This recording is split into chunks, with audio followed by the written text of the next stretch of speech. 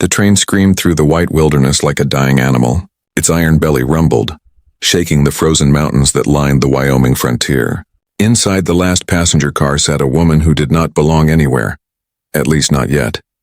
Her name was Clara May, and she had come west to marry a man she'd never seen. Her gloved hands clutched the crumpled letter that had summoned her here. "Dear madam, I am a man of simple means and rough manners. The mountains are my home. I seek a wife not for beauty nor refinement, but for company and work. If you can cook, tend to stock, and stomach loneliness, you'll do fine. Silas Hart, Elk Hollow, Wyoming Territory." It wasn't love that brought her. It was escape. Clara had grown up in a small Illinois town where people whispered about her weight every time she passed. Too big for her own good, they'd say. No man will want her. She had believed them for most of her 31 years. But the West didn't know her yet. The West didn't care about her shape, her shame, or her past. The train slowed, coughing steam as it came to rest beside a weather-beaten depot that could hardly be called a station. A handful of men in fur and leather stood waiting. Among them, one towered like a grizzly. That was Silas Hart. He was the sort of man who looked carved from the mountain itself. Broad shoulders, a thick beard, and eyes like winter storms. When he saw Clara step off the train, his expression barely changed. His hat tipped, his voice came low and gravelly. "You're the one," he said. "I suppose I am," Clara answered, trying not to tremble. No one had ever called her the one before. The wagon ride to Elk Hollow took them through miles of snow and silence. Silas spoke little.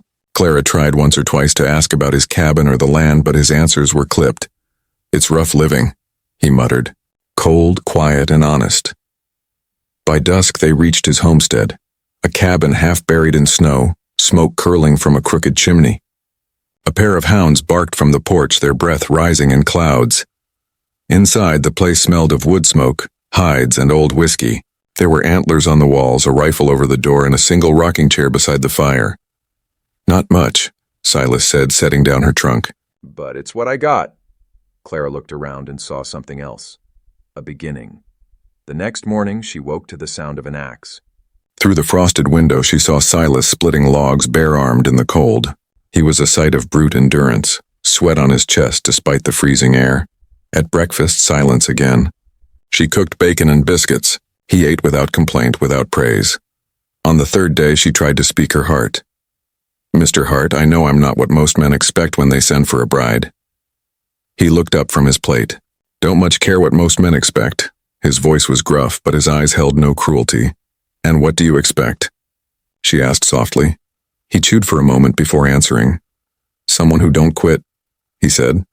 Clara nodded. "Then you'll have no trouble from me." He grunted, a sound that might have been approval. But by the end of the week, the wind howled so hard the cabin walls shook. The storm came down from the peaks like a curse. It buried the corral, froze the creek, and turned every breath into a ghost. Silas worked himself to the bone, keeping the livestock alive. Clara followed him, shoveling snow until her arms burned. He told her to stay inside, but she refused. "You'll freeze," he barked. "Then we'll freeze together." She shot back. He stared at her, this woman with red cheeks, snow in her hair and fire in her eyes, and for the first time, his expression softened. That night, by the fire, he spoke her name. "Not woman, not you, but Clara." "Ain't many would have lasted this long," he said quietly. "Most run off after the first night." "I'm not most," she replied. He nodded, eyes lingering on her face. "No," he said. "You surely ain't." When the blizzard passed, the mountain sparkled like glass. Silas went out to clear the roof and nearly fell through the ice. Clara ran to him, catching his arm. Their hands met, rough skin against soft, warm flesh. For a moment, he didn't pull away, and that moment was enough to start something that neither could name yet, but both could feel.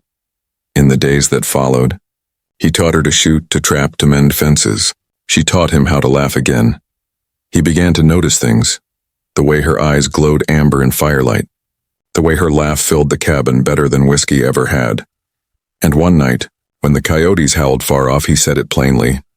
"You ain't what I expected." She smiled. "Neither are you." Then silence long and deep.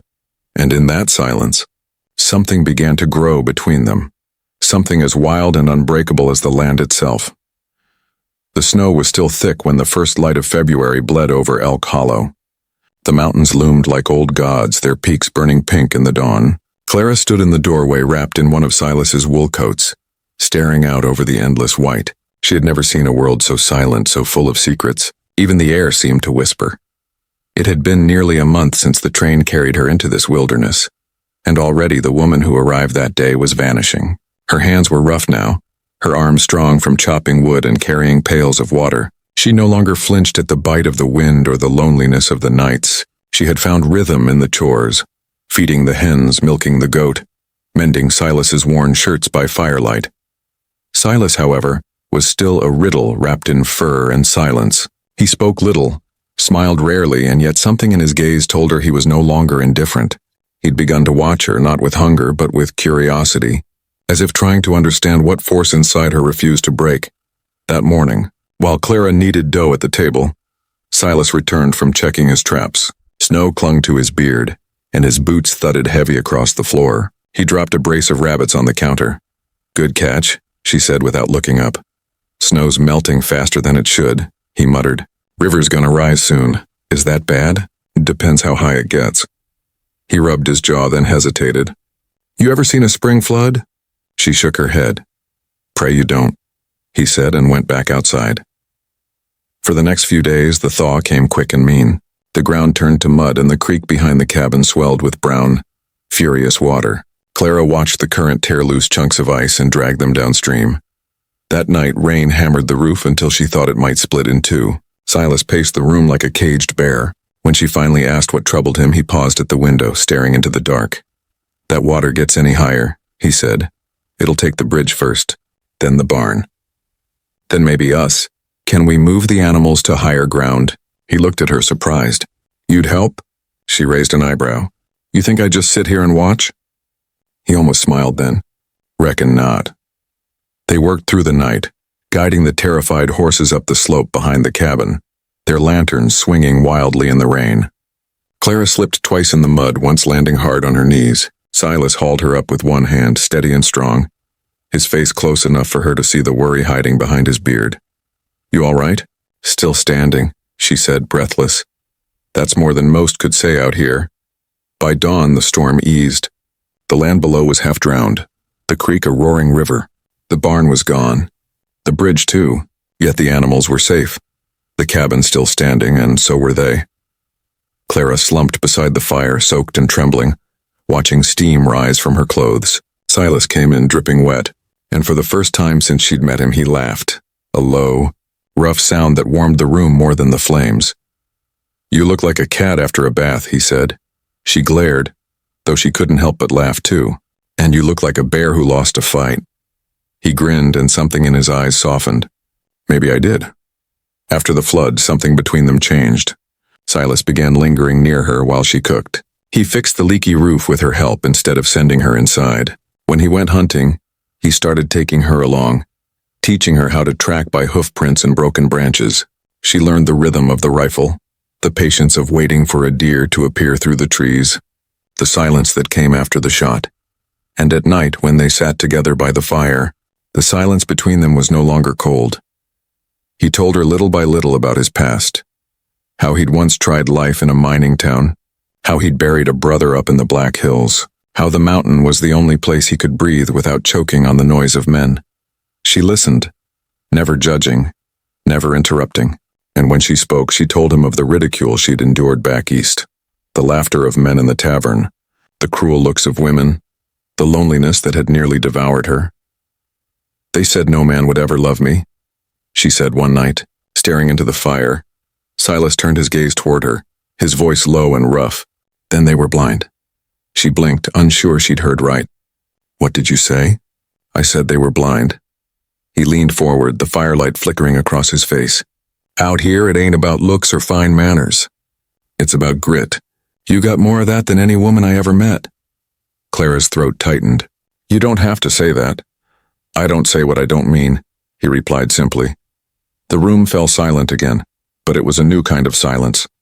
Heavy, trembling, filled with something dangerous and beautiful.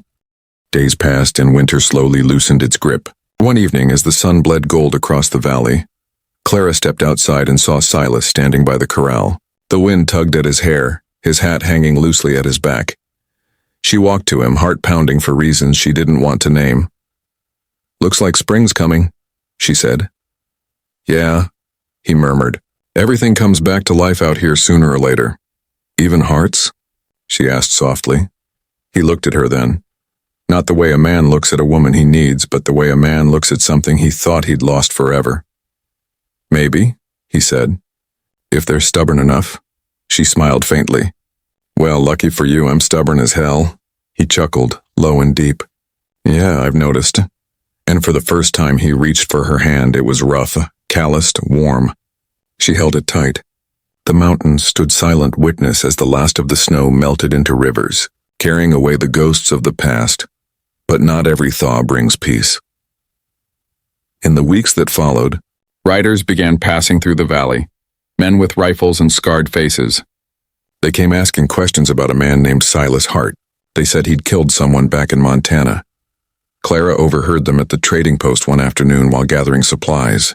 Her blood turned cold. When she returned to the cabin, she found Silas sharpening his knife by the fire. "Who were those men?" she asked quietly. He didn't look up. "Bounty hunters," her heart pounded. "Why are they after you, Silas?" He sighed, setting the blade aside. "Because once, long ago, I did something I can't undo." The night wind rolled down from the mountains, cold and sharp as broken glass. The fire crackled in the hearth, casting a trembling orange glow across the cabin walls. Clara sat in silence at the table, her hands folded in her lap, watching Silas. He sat across from her, shoulders bowed, eyes shadowed with the kind of grief that never really leaves a man. The words he had spoken still hung heavy in the air. "Because once, long ago, I did something I can't undo." He hadn't said more. Not yet. The silence between them had stretched so long she could hear her own heart. She wanted to ask again, to pry open the truth, but part of her feared what might come spilling out. Finally, he spoke. "His name was Milo Dunn," he said, voice hoarse, and he was the kind of man hell itself spits back out. Clara listened, her chest tightening. Silas leaned back, his eyes fixed on the flames. "Milo and me were partners once, trapping up in Montana territory. We worked the same river, shared the same fire, thought he was my brother in all but blood, until he stole from me. Stole everything. The furs, the money, and..." His jaw clenched. "And my brother's rifle. The last thing I had left of him." The fire popped. Clara waited. "I tracked him," Silas continued. "Took me 3 days. Found him outside a saloon in Helena. He laughed when he saw me. Laughed like I was a fool. Said a man as big and slow as me didn't deserve to own anything worth stealing. Said the rifle was better in his hands." His voice grew colder. "I warned him once. He spat in my face. I drew faster than I thought I could." The flames danced in his eyes. He went down before he even knew I'd pulled the trigger. Silas looked at his hands. Those same hands that had built the cabin, held the axe, stroked Clara's hair when she'd shivered in the cold. "I buried him in the snow," he whispered. "But you can't bury guilt, Clara. Not out here. It follows you. Every creek, every tree, every damn coyote howl." Clara rose slowly, her voice trembling. "You did what you had to do." "No," he said sharply. "Don't tell me that. Why not?" "Because killing's killing. Doesn't matter if the man deserved it." She took a deep breath. "And yet you saved me. You saved those animals. You've kept me alive every single day since I got here. If that's the work of a murderer, then maybe this world's better off with more of them." His eyes met hers, storm gray and wounded. "You don't understand, Clara. When those bounty hunters find me, they won't care about why. They'll hang me just the same." She stepped closer. "Then we'll face them together." His breath caught. "You'd stand by me?" Even after hearing that, "I didn't come all this way to run from a man's past," she said. "I came to build a future." But the future had other plans. 2 days later, the sound of hooves echoed through the valley. Clara stood by the window and saw 3 men riding hard toward the cabin, dust and snow flying from their horses. Their coats were long, their hats pulled low, rifles slung across their saddles. "They're here," Silas muttered. He reached for his shotgun. Clara's hands trembled as she turned to him. "Don't," she whispered. "Don't give them a reason." "They already got one," he said. "Then let me speak first." He hesitated. She could see the war in his eyes, the instinct to fight against the impossible hope that someone might believe him. "Please," she said softly. "Trust me." After a moment, he nodded. The riders dismounted, boots sinking into the thawing mud. Their leader, a tall man with a scar down his cheek, stepped forward. "You Silas Hart?" he barked. Clara came out first, clutching her shawl around her shoulders. "He is. And who are you to come storming onto a man's land?" "Marshal Corbin," the man replied, flashing a tarnished badge. "Got a warrant from Montana Territory. Murder of Milo Dunn." Clara's heart hammered. She forced her voice to stay steady. "And how do you know that's true?" Corbin's lip curled. "Because I saw the grave myself. And I saw Milo's rifle on a trader's wagon 2 weeks later, with this man's initials carved into the stock." Silas stepped out then, calm and unflinching. "You're wasting your time, Marshal." "I ain't running." "Good," the Marshal sneered. "That'll make it easier." He reached for his cuffs, but before he could, Clara moved between them. "You can't take him," she said. "Ma'am, step aside." "No." The Marshal's eyes hardened. "You protecting a killer?" "I'm protecting a man who's already paid," she said. "And if you'd been there that night, you'd have pulled the trigger too." The two men stared at her as if she'd lost her mind. Silence fell heavy as snowfall. Finally, Corbin turned to Silas. "You've got a loyal woman," he said coldly. "Shame she's wasting herself on you." "Maybe," Silas growled. "But she's got more courage than any lawman I ever met." The Marshal's jaw tightened. "We'll be back," he said. "And next time we'll bring a rope." He mounted up, motioned to his men, and rode off into the gray distance. That night, Clara and Silas sat by the fire in silence. The shadows flickered across their faces, and the air smelled of pine smoke and fear. "They'll come again," she said. "Yeah. Then we can't stay." He turned toward her, startled. "You want to run?" "No," she said firmly. "I want to live. And you can't do that waiting for a noose." Silas's brow furrowed. "Where would we even go?" "South," she said. "Past the ridges. There's talk of settlers down near Fort Laramie. No one there cares who you used to be. They only care what kind of man you are now." He studied her, eyes burning with disbelief and awe. "You'd leave all this behind? The cabin, the land, the animals?" She smiled faintly. "None of it matters without you." For a long moment he said nothing. Then slowly he reached across the table, took her hand and kissed it. His lips were rough, his touch trembling. "You're the only thing I ever wanted to keep," he said. Before dawn, they packed what they could. Blankets, food, ammunition, the few coins hidden under the floorboard. As they stepped outside, the valley lay still beneath the stars. The air smelled of snow and pine, the sky dark as velvet. Silas hitched the horses, tightening the straps with silent precision. Clara climbed into the wagon, her heart both heavy and wild. Behind them, the cabin stood alone, its windows glowing faintly, as if watching them go. "You ready?" he asked. "Ready," she whispered. He cracked the reins. The horses began to move. And as they rode into the pale light of morning, Clara looked back one last time, at the smoke curling from the chimney, at the mountains that had both tested and transformed them. "Goodbye," she murmured, "and thank you for making me strong enough to leave." The morning they left El Calo, the sky hung heavy with the gray weight of snow that hadn't yet fallen. It was the kind of morning that felt like the whole world was holding its breath. The wagon creaked under its load as Silas guided the horses down the frozen trail, their hooves thudding like slow, distant drums. Clara sat beside him, wrapped in her thick shawl, watching the only home she had known for months disappear behind them. The cabin shrank into a shadow, then into memory. Neither spoke for hours. Silence had settled between them. Not cold, not angry, but the kind of silence that grows between two souls carrying the same fear. Every sound, the wind groaning through the pines, the squeak of the wheels, the far-off cry of a hawk, seemed louder than it should. Around noon they stopped beside a half-frozen creek. Silas climbed down, poured oats for the horses, and knelt to drink from the icy water. Clara followed, her breath forming small ghosts in the air.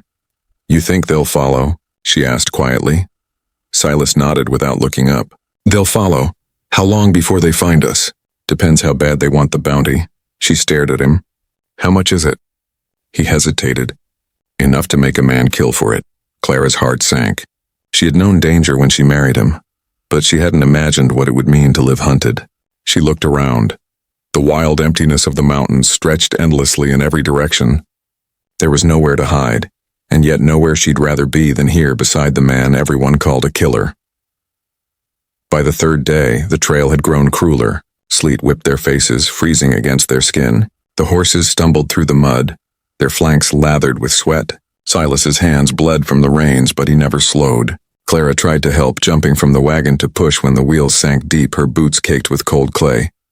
"Get back in," he shouted once. "You'll catch your death out here." She looked up at him, face red and raw. "Then we'll die together." His anger faltered. He stared at her, snow melting in his beard and something in his chest cracked open. "God help me," he muttered. "You're the stubbornest woman alive." "You'll thank me when we're free," she said. He didn't answer, but the corner of his mouth twitched. That night they camped beneath a rocky overhang. Silas built a small fire while Clara cooked beans in a dented pot. The flames threw long shadows on the canyon walls. Somewhere beyond the cliffs a wolf howled. "They're close," Silas said suddenly. Clara froze. "How do you know?" He pointed to the horizon where faint flickers of light blinked between the trees. Campfires. 3 of them. Maybe 4. "They're not far." Her stomach tightened. "What do? We keep moving come dawn." "And if they catch up?" His gaze hardened. "Then I finish what they started." She stared at him, shaking her head. "No more killing, Silas. Not for me." He turned toward her, his face carved with pain. "You don't understand. If they take me alive, they'll hang me. And they won't care if you're my wife. They'll leave you stranded or worse." She swallowed hard. "Then I'll fight too." "Clara, don't you tell me to stay behind," she snapped. "You taught me to shoot. You taught me to survive. Well, I learned, and I won't let the man I love die while I stand and watch." The fire cracked between them. Silas's jaw tightened, his eyes glistening in the firelight. After a long silence, he nodded. "You really mean that?" "I've never meant anything more." He stared at her, this woman who had once stepped off a train trembling with fear, who now sat before him like a storm that refused to break. "Then God help anyone who tries to take you from me." By morning, they were back on the trail. The world had turned white again, snow falling heavy and relentless. The wagon wheels squealed against the frozen ruts. Clara could barely see the road ahead. She leaned into Silas, her fingers numb, her breath shallow from the cold. Then, somewhere behind them, came the sound of gunfire. One sharp crack. Then another. "Get down!" Silas roared. Clara ducked as a bullet ripped through the side of the wagon, splintering the wood inches from her head. Silas snapped the reins, urging the horses faster.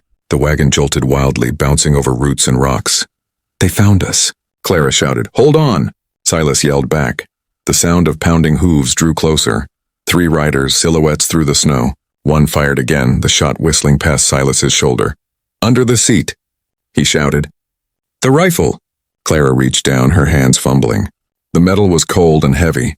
She'd practiced shooting at bottles, not men. But there was no time to think. She aimed through the snow and pulled the trigger.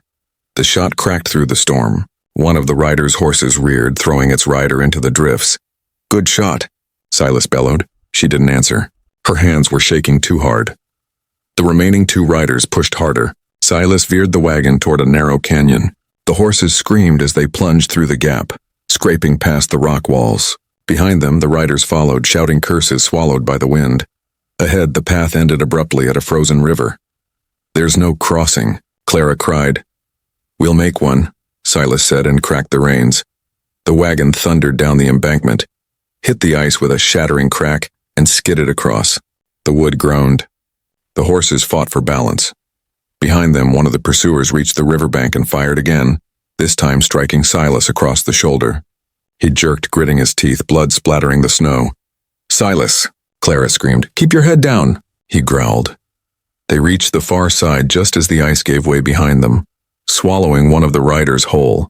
The other stopped short, trapped on the opposite shore. Silas guided the team into the trees, blood dripping from his arm, his face pale but determined. They didn't stop until sunset. When they finally made camp, Silas could barely stand. Clara tore strips from her shawl to bandage the wound. Her hands trembled, but her eyes burned with fierce focus. "Don't you dare die on me," she whispered. He chuckled weakly. "You'd miss me that much?" "More than breath itself." He reached up, his fingers brushing her cheek. "You've changed, Clara May." "No," she said softly. "You just never looked close enough." He smiled faintly, eyes closing as exhaustion took him. She sat beside him long into the night, feeding the fire, keeping watch, whispering prayers she hadn't said in years. The snow fell again, soft and endless, blanketing the world in silence. And when she finally closed her eyes, she dreamed not of the bounty hunters nor of the past they'd fled, but of a small patch of land under a spring sun, where no one would know their names, and no one would ever call her unworthy again. Dawn broke pale and uncertain, spilling thin gold light across the snow-drowned forest. Clara sat by the dying fire, her hands cupped around a tin cup of weak coffee. Silas lay wrapped in blankets a few feet away, his breathing ragged, his skin ghostly beneath the soot and beard. The wound in his shoulder had turned angry, dark at the edges, hot to the touch. She had cleaned it as best she could with whiskey and boiled water, but she could smell the infection creeping in like a thief. The horses stood tethered beneath the pines, steam rising from their backs. The wagon, battered and leaning, looked as weary as its owners. Clara's eyes stung from lack of sleep. Every sound, the crack of branches, the distant creak of ice, made her reach for the rifle. She didn't know if the bounty hunters were still behind them, but she knew enough of men to understand greed didn't fade easily. Silas stirred and groaned, his voice hoarse. "How long was I out?" "2 nights," she said softly. "You had a fever." He tried to sit up, but she pressed a hand to his chest. "Don't move. We can't stay here," he muttered. "They'll find us. You can't even stand." His hand found hers, rough and trembling. "Clara, if they catch up, you take the horses and go." She stared at him, disbelief flaring to anger. "Don't you dare say that. You can't save me. Don't you tell me what I can or can't do," she snapped. "I didn't come this far to bury another man in the snow." He looked at her then, really looked at the dirt smudged on her cheeks, the exhaustion clouding her eyes, the strength burning beneath the fear. "You're something else," he whispered. "You're damn right I am," she said, and tightened the blanket around his shoulders. The next day brought clearer skies but colder air. The world glittered like glass. Clara decided they couldn't risk another night in the open. She found a hollow between 2 cliffs where a stream trickled weakly through the ice. It wasn't much, but it offered cover from the wind and from prying eyes. She built a crude shelter from branches and the wagon tarp, her fingers numb, her breath coming in sharp, painful bursts. She managed to light a fire and boil snow for water, whispering to herself all the while, half prayer, half defiance. When she returned to Silas, he was shivering violently. His lips were pale, his eyes unfocused. Panic gripped her chest. "Silas," she whispered, shaking him gently. "Look at me." His eyelids fluttered. "Don't cry. Then don't give me a reason to." His mouth twitched, a ghost of his old grin. "Bossy woman. A live woman," she corrected. "And you will be too." She pulled him close to the fire, cradling his head against her chest. She could feel his heart struggling beneath her hands, uneven, weak. Tears slipped down her face, but she didn't let them fall onto him. She sang instead, an old hymn her mother used to hum while washing clothes by the river. Her voice was cracked, trembling, but steady. As she sang, she realized she wasn't just fighting for Silas anymore. She was fighting for the woman she'd always been told couldn't survive. Too soft, too large, too weak. The woman they had all laughed at. But this woman, this Clara May, had faced storms, wolves, and bullets. And she had not broken. 3 nights passed before Silas's fever finally broke. He woke in the gray dawn, his breathing shallow but even. Clara had dozed off beside him, her head resting on his chest. He lifted a trembling hand and brushed the hair from her face. "You stayed," he murmured. Her eyes fluttered open. "Of course I stayed." He smiled weakly. "Should have run," she laughed through a sob. "And miss your charming bedside manners." "Not a chance." He chuckled, then winced, clutching his shoulder. "Easy," she said. "You're not done healing yet." "Never thought I'd live long enough to be bossed around by a mail-order bride," he said, grinning faintly. She looked at him, her expression softening. "And I never thought I'd fall in love with a wanted man." The words slipped out before she could stop them. For a long, breathless moment, neither spoke. Then Silas reached for her hand and kissed it. "You're the only thing that's ever made me want to stop running," he said. When Silas regained his strength enough to stand, they packed what little remained of their supplies. Clara noticed his movements were slower now, more careful. He was thinner, paler, but alive. That was enough. The snow had begun to melt in earnest. The creek ran faster each day, whispering of spring. But with the thaw came danger. The trails would open again, and with them, the men who wanted him dead. As they prepared to leave, Clara noticed something glinting in the distance, a single column of smoke rising from the ridge. "They found us," she whispered. Silas followed her gaze, his jaw tightening. "Then we don't have much time." "We can't outrun them, Silas." He nodded slowly. "No, but maybe we don't have to." She turned to him, confused. "What are you saying?" "There's a pass west of here," he said. "Narrow and steep.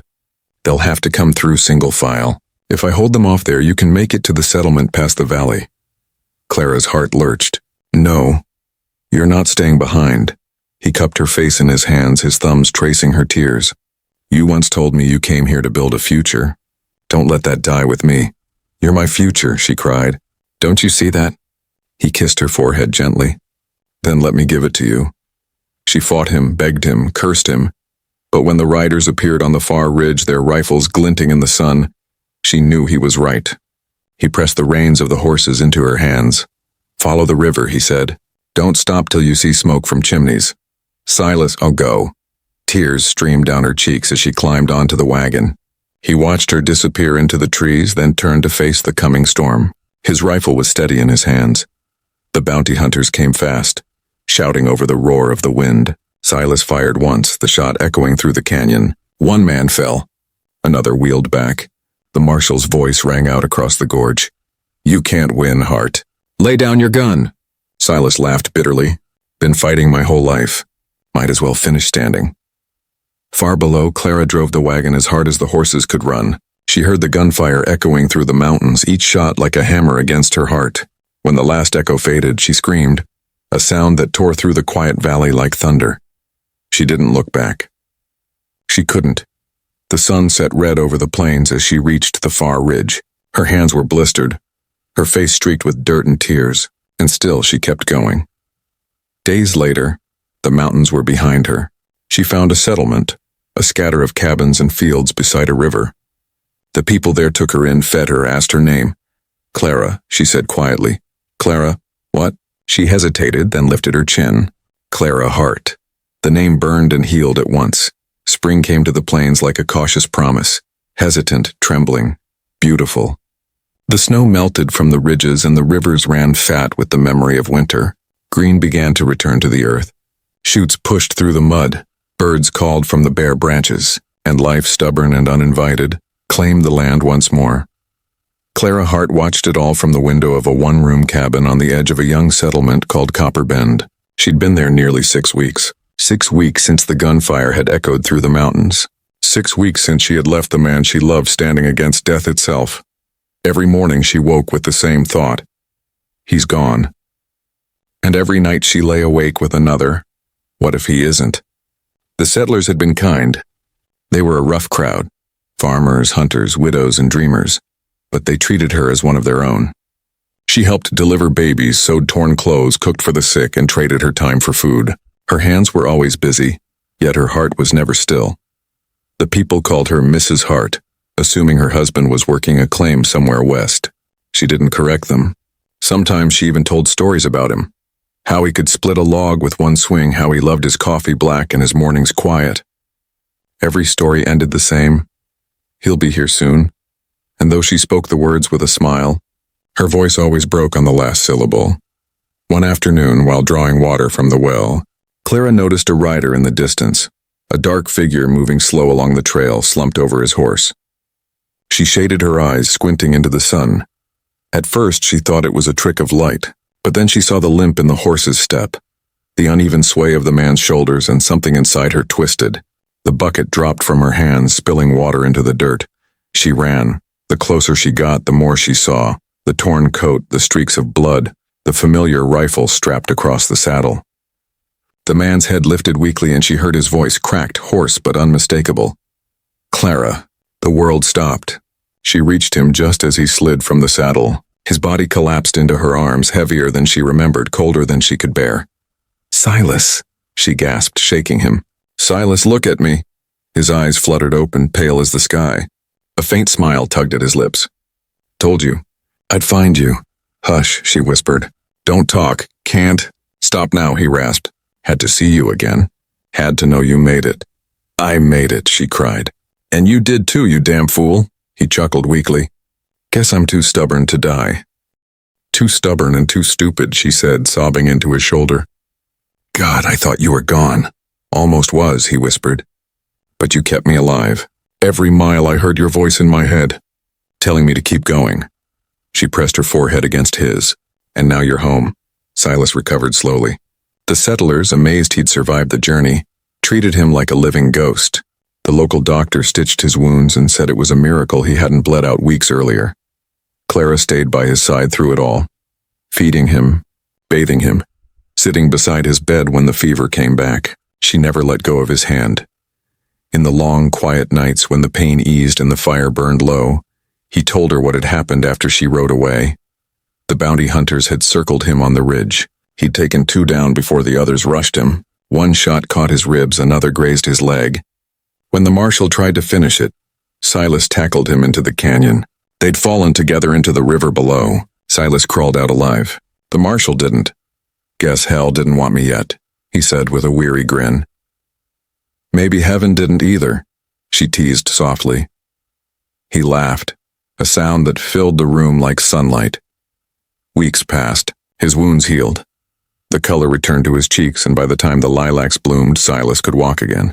He and Clara began working a small patch of land at the edge of the settlement. Together, they built a fence, planted potatoes, and raised chickens. It wasn't much, but it was theirs. One evening after supper, they sat on the porch watching the sun sink behind the hills. The air smelled of wild sage and smoke. Clara rested her head on his shoulder.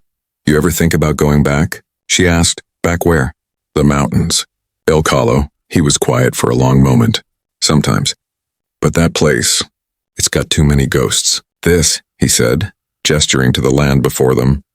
This is where the living belong. She smiled. So we're staying? He nodded. Yeah, I reckon this is home.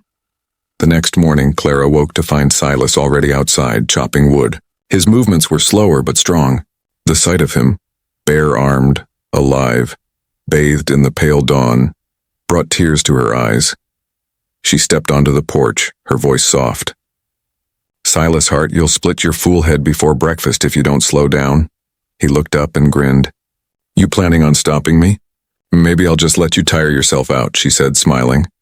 He dropped the axe, crossed the yard, and pulled her into his arms. No more running, he said quietly. No more hiding. No more mail-order brides either, she added. He laughed, the sound rumbling deep in his chest. Not unless they're built like you, strong enough to drag a dying man out of hell. She swatted at him playfully. Flattery won't get you out of chores. Wasn't flattery, he said, his tone turning serious. It's the truth. He kissed her then. Not the desperate kind of kiss born of fear, but the deep, quiet kind that grows from gratitude and years of shared struggle. The kind that seals 2 souls together forever. Summer came, and with it, peace. Their farm grew. The townsfolk came to love the Harts.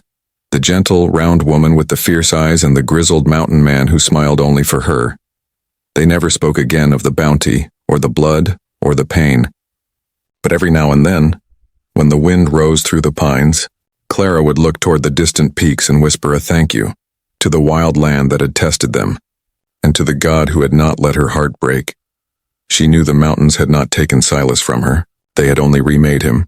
And in their quiet little cabin beneath the endless sky, Clara Hart finally understood that strength wasn't measured by how much a body could endure, but by how deeply a soul could love, and how fiercely it could hold on to hope when the world said it shouldn't. The end.